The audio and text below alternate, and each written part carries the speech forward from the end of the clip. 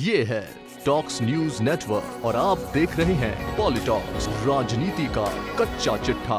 राजस्थान में 3 सीटों पर होने वाले उपचुनाव का घमासान तेज होता जा रहा है।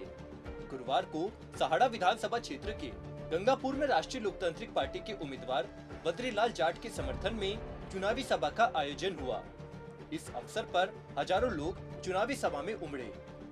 वहीं 3 दिन के सुजानगढ़ दौरे के बाद गंगापुर पहुंचे राष्ट्रीय लोकतांत्रिक पार्टी के संयोजक और नागौर सांसद हनुमान बेनीवाल का स्थानीय लोगों ने पारंपरिक रूप से अभिनंदन किया और इसके साथ ही विभिन्न स्थानों पर सांसद बेनीवाल का स्वागत भी किया गया। इस दौरान आयोजित सभा को संबोधित करते हुए हनुमान बेनीवाल ने कहा कि राजस्थान में भाजपा और कांग्रेस का आपसी गठबंधन प्रदेश के विकास में बाधा बना हुआ है। जब वसुंधरा राजे की सरकार बनी तब लोकायुक्त की रिपोर्ट के अनुसार अशोक गहलोत पर मुकदमा दर्ज करके जो कार्रवाई होनी थी, लेकिन उसको ठंडे बस्ते में डाल दिया।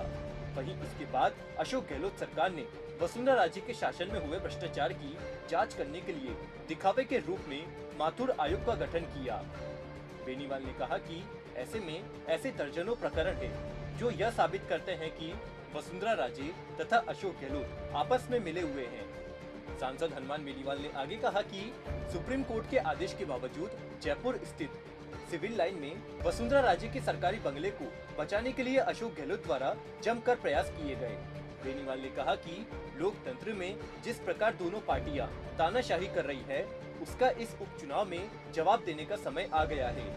सांसद बेनीवाल ने सहाड़ा विधानसभा से निर्दलीय प्रत्याशी के रूप में नामांकन भरने के बाद नामांकन उठाने वाले लादूलाल पितलिया के संबंध में टिप्पणी करते हुए कहा कि भारतीय जनता पार्टी ने लोकतंत्र की हत्या की है, क्योंकि चुनाव लड़ने का अधिकार लोकतंत्र में सबको है, जबकि भाजपा ने केंद्र में अपने शासन का दुरुपयोग करते हुए उन पर दबाव बनाया।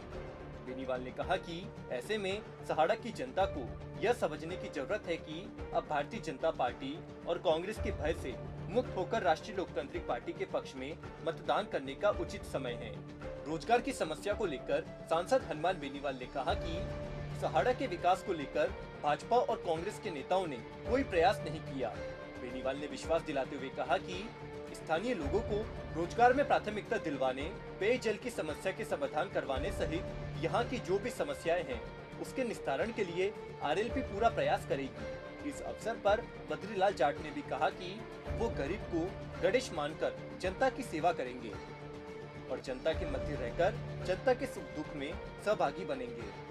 इस दौरान गोपालगढ़ विधायक पुखराज गर्ग, राजसमंद से उम्मीदवार प्रहलाद खटाना सहित अन्य नेता भी मौजूद रहे। आरएलपी प्रमुख हनुमान बेनीवाल के रोड शो का भी जगह जगह स्वागत किया गया।